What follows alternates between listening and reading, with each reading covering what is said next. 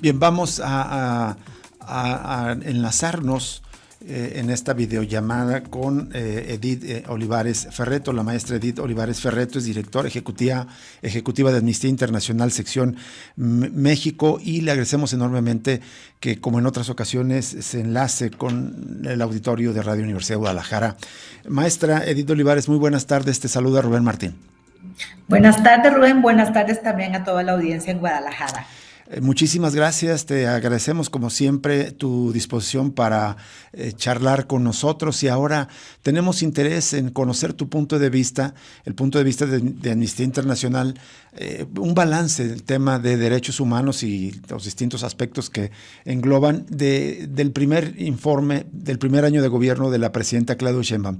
¿Qué retos ves, qué problemas hereda la presidenta Claudia Sheinbaum en esta materia de derechos humanos? ¿Qué problemas sigue arrastrando? Si hay algunos avances también, si lo puedes compartir, por favor, maestra Edith Olivares. Sí, bueno, muchísimas gracias. Yo quisiera empezar señalando que estamos justamente en Amnistía Internacional elaborando un informe sobre el primer año de gobierno que me va a dar mucho gusto también compartir con tu audiencia. Lo vamos a publicar probablemente a principios del próximo año. Pero me parece importante hacer alusión al informe que ya presentó el 1 de septiembre, que es un informe que se presenta por una obligación constitucional obviamente, ante toda la ciudadanía y ante, sobre todo, el legislativo, ¿no? Es una obligación que tiene el Poder Ejecutivo de rendir cuentas frente al Poder Legislativo. Y iniciando con eso, me parece importante señalar que el primer año de este gobierno ha sido un año que se ha caracterizado por una serie de cambios muy acelerados, sobre todo durante los primeros 6 meses de gobierno, es decir, el año pasado, en el primer trimestre de la nueva presidenta, hubo una serie de reformas constitucionales que ya están empezando a dar resultado y que creo que es importante tener en cuenta porque, digamos, fueron el puro arranque de gobierno. Y aquí, en este sentido, no se puede dejar de señalar, por un lado, primero, las reformas constitucionales. Yo destacaría 3 que están afectando el equilibrio de poderes y que van a tener probablemente efectos también en los años venideros. Me refiero primero a la reforma al Poder Judicial, que ya tuvo consecuencias este año con la elección de las personas juzgadoras en todos los niveles de gobierno, y que pues ha puesto como también en riesgo el equilibrio de poderes. Y por eso iniciaba con este tema de que hay una obligación constitucional de la presidenta de la República, que es la jefa del Poder Ejecutivo, de rendirle cuentas al Poder Legislativo, porque en México la reforma constitucional debilitó el equilibrio de poderes, y en un momento en donde el Poder Judicial ya perdió tanta fuerza como en este ámbito de acción de equilibrar al Poder Ejecutivo y al Poder Judicial, el hecho de que también frente al legislativo, que está tan mayoritariamente formado también por el partido del poder, nos deja como con pocos espacios de contrapeso. Otra reforma que me parece muy relevante señalar es la reforma que militarizó la Guardia Nacional, es decir, que ya la militarizó totalmente de manera constitucional. Tenemos una Guardia Nacional que ya es una Fuerza Armada más, y que los recientes, digamos, noticias respecto la posible, digamos, involucramiento de personeros o elementos de la Marina en algunos, digamos, delitos de alto impacto, también nos recuerda cuál es el riesgo de depositar la seguridad pública en manos de las Fuerzas Armadas en México. Aquí hay que recordar, lo hemos señalado desde hace casi 20 años, México está faltando al deber de garantizar una seguridad pública centrada en las personas. Y por supuesto que el otro elemento que me parece muy importante señalar es todo lo que tiene que ver con las reformas que, digamos, nos dejaron sin algunas de las instituciones a cargo de la transparencia. Eso por un lado. Y por otro lado, creo que dos elementos que llamaron muchísimo la atención en el informe de la presidenta son los silencios también, Sí, es decir, de lo que no habló la presidenta en este informe. Y me parece muy importante señalar que la Presidenta de la República no hizo ningún señalamiento respecto a la crisis de desapariciones que se vive en este país. En este país hay más de 133,000 personas desaparecidas. Y creo que este es un tema altamente sensible. Además, justamente el estado de Jalisco, que es uno de los estados que tiene mayor número de personas desaparecidas en el país. Y llama mucho la atención que la presidenta no haya hecho ningún señalamiento respecto a las personas desaparecidas, respecto a los riesgos que viven las personas que les buscan, que son en su mayoría mujeres, y sobre todo también respecto al caso Ayotzinapa, que sigue pues francamente empantanado, Rubén. Así es. Justo sobre esto quería preguntarte esta última parte que mencionas, Edith Olivares, la omisión, el tema de desaparecidos, que fue evidentemente muy, muy significativa, muy dolorosa para las familias, porque al no nombrarlo parece ser que lo evade, lo ignora, se trata de encubrir en lugar de digamos, destacarlo como una prioridad nacional en sus acciones de gobierno. Sí, Rubén, además es uno de esos situaciones que se vive en el país que es imposible negar. Es decir, en este país hay tantas personas desaparecidas, Rubén, que probablemente tanto tú como yo, como toda tu audiencia, o conoce a una persona desaparecida o tiene una persona conocida que tiene un familiar desaparecido. Así es. Ese es el volumen, la magnitud. Y tan recién pasado, es decir, la presidenta dio su informe el 1 de septiembre, el 30 de agosto fue el Día Internacional contra la Desaparición Forzada. Es difícil pensar que pudo haber sido un olvido y francamente, como dices, a quien provoca probablemente más daño es a las familias de las personas desaparecidas, que además, Rubén, no se puede dejar de señalar, están haciendo cotidianamente, porque todas las semanas en este país colectivas de búsqueda salen a buscar en un acto de desobediencia civil pacífica Claro. a sus familiares desaparecidos. Y lo hacen porque el Estado no lo hace.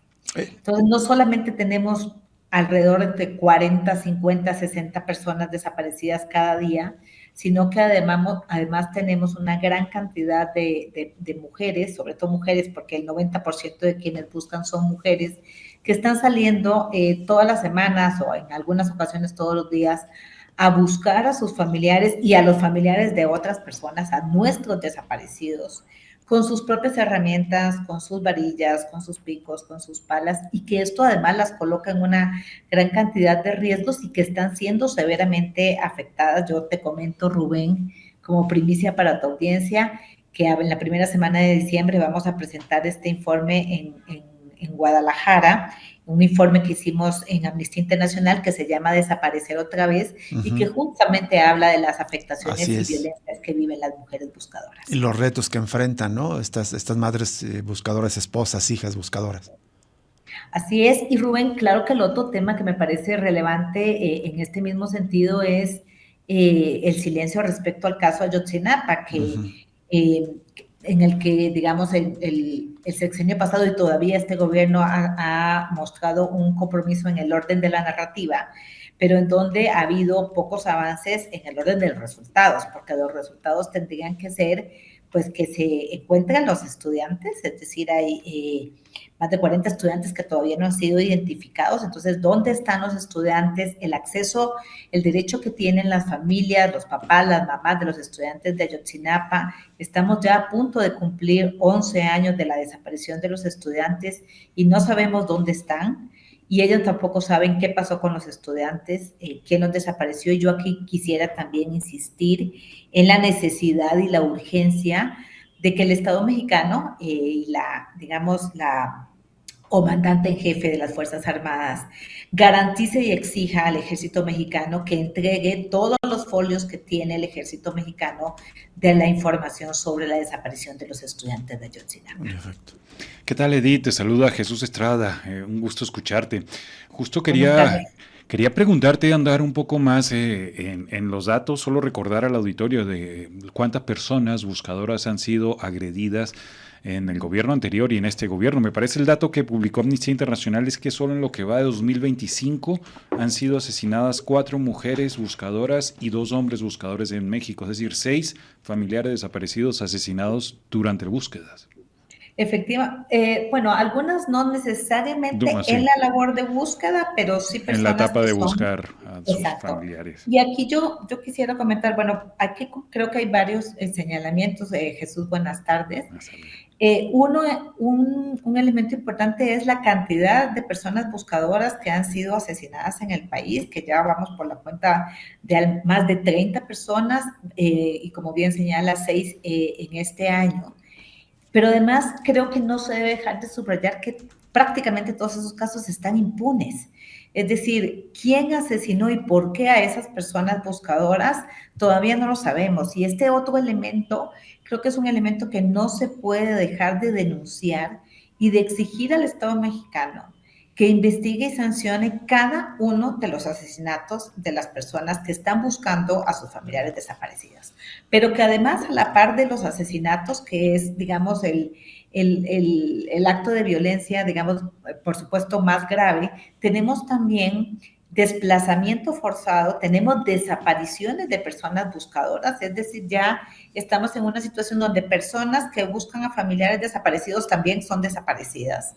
Y además una gran cantidad de ataques y amenazas de los que el Estado mexicano tampoco se está haciendo cargo, y digo que no se hace cargo porque no está protegiendo a las personas que están buscando a sus familiares desaparecidos. Yo tuve la oportunidad, Jesús y Rubén, y para toda la audiencia, de acompañar el 29 de agosto en una búsqueda en campo a la colectiva Hasta Encontrarte en Guanajuato. Y realmente, cuando he tenido oportunidad de hablar de esto, también lo comento. Por un lado, la búsqueda, decía yo antes, es un acto de desobediencia civil pacífica. Yo además diría que es la fuente de esperanza en este país. La esperanza de encontrar a esos 133,000 personas desaparecidos está depositada en las colectivas de buscadoras. Es una carga muy grande de responsabilidad, pero es una responsabilidad que el Estado mexicano ha abandonado en la práctica. Pero aunque es muy esperanzador y hay muchísimas prácticas de cuidado, de colaboración y de mucha esperanza, insisto, también hay que señalar que es una labor que tiene diferentes riesgos, como los que ya hemos señalado, pero otros que son propios de la acción de búsqueda, y que realmente es asombroso observar cómo el Estado mexicano ha prácticamente dejado en el abandono a las familias de estas 133,000 personas desaparecidas, y estas mujeres están, digamos, poniendo el cuerpo, poniendo la energía, poniendo los recursos, porque ellas están invirtiendo sus recursos económicos, poniendo su salud para encontrar a esas personas desaparecidas, encontrándolas además, porque son las buscadoras las que encuentran a personas desaparecidas. Y entonces, en este contexto también, Jesús, es doblemente, digamos, doloroso una omisión en el informe de la presidencia respecto a la labor que están realizando también las mujeres buscadoras. Edith Olivares, estamos en esta guerra informal, decimos aquí en Cosa Pública 2.0, dada la magnitud de las cifras. Pero en los últimos meses la presidenta insiste, y evidentemente lo hizo en el informe, de que los homicidios dolosos se van reduciendo. Pero ¿cómo ves específicamente el combate a la delincuencia? Ciertos avances, pero también sigue habiendo abusos de de las fuerzas de seguridad mexicanas. Hay casos de tortura, hay casos de detenciones arbitrarias, ejecuciones extrajudiciales que Amnistía Internacional haya registrado en este último año. Sí, bueno, yo quisiera decir que por supuesto que a todas las personas nos alegra que haya una disminución en cualquier tipo de delito, sobre todo en un delito como los homicidios, ¿no? Siempre desde Amnistía Internacional vamos a reconocer los avances en materia de derechos humanos, lo hemos hecho históricamente y lo seguiremos haciendo. Ahora, en el caso de los homicidios, sí me parece importante hacer una puntualización, y es que en efecto, en las cifras oficiales, los homicidios están registrando una disminución, pero también, sobre todo las colectivas de buscadoras han alertado que esta disminución no se puede ver separada del aumento en la desaparición de personas.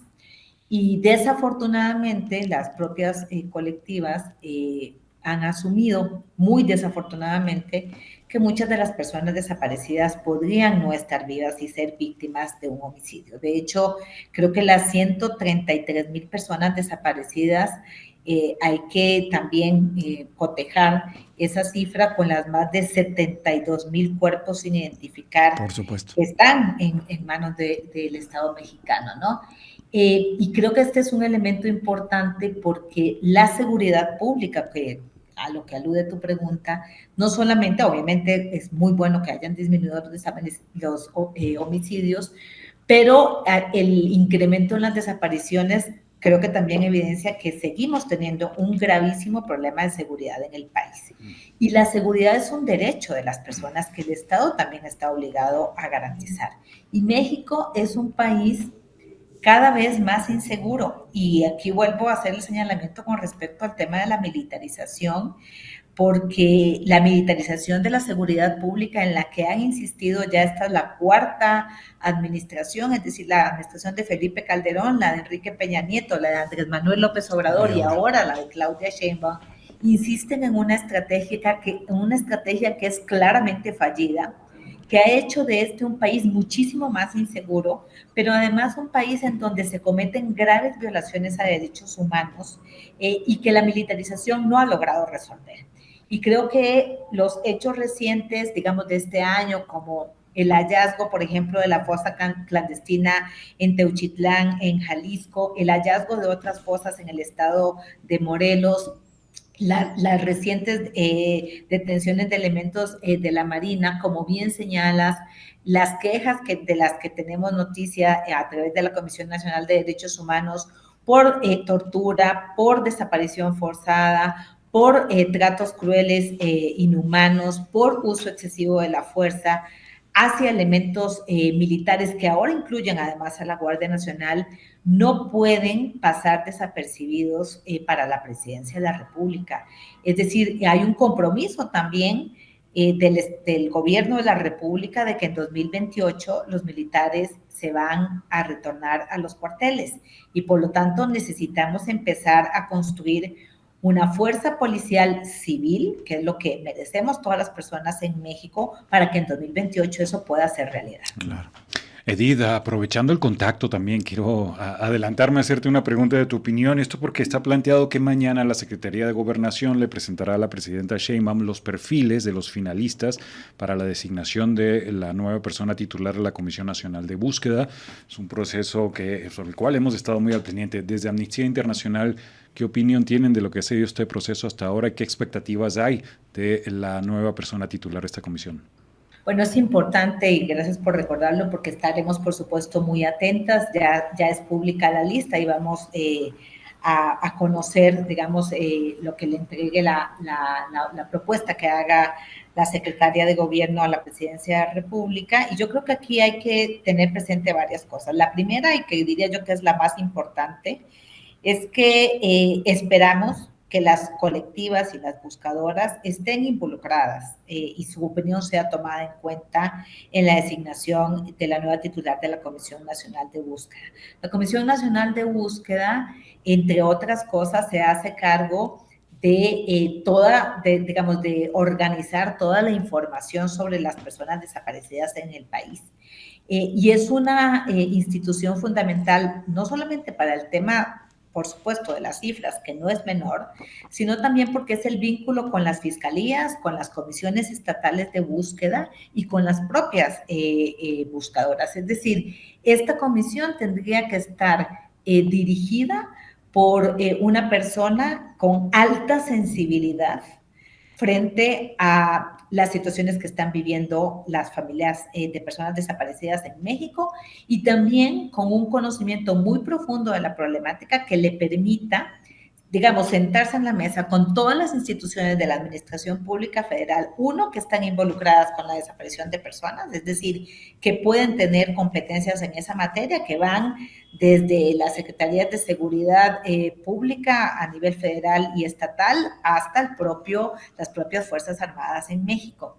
pero además que también pueda estar en coordinación con quienes, digamos, hacen toda la ingeniería de datos en el país, pero también con quienes deberían estar dándole servicios de atención a las personas que están buscando a personas desaparecidas. Es decir, en coordinación con las secretarías de salud, con el DIF, con las secretarías también de bienestar, porque las personas que están buscando a sus familiares desaparecidos requieren una serie de servicios por la labor que están realizando y están haciéndolo por su propia cuenta. Así que realmente esperamos que haya un compromiso y que las personas, digamos, las colectivas estén involucradas y tomadas en cuenta en la decisión, y que además la persona que dirija esta comisión tenga todas las credenciales para poder, digamos, desarrollar esa labor, que es una labor indudablemente,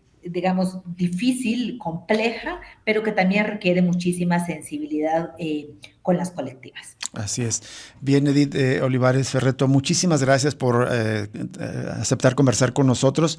Y si te parece, ya nos adelantabas, vienes en diciembre a presentar este informe sobre las madres y colectivas buscadoras. Si te parece, nos ponemos de acuerdo antes para informar de esa presentación y eventualmente, cuando estés por acá, si es posible tenerte acá en cabina para hablar de este tema, y seguimos en contacto. Muchas gracias, Edith. Con muchísimo gusto, y con muchísimo gusto también acompaño en cabina. Me va a dar muchísimo gusto estar por allá. Y gracias, la maestra Edith Olivares Ferretto, directora ejecutiva de Amnistía Internacional México. Vamos a una pausa y regresamos con más información.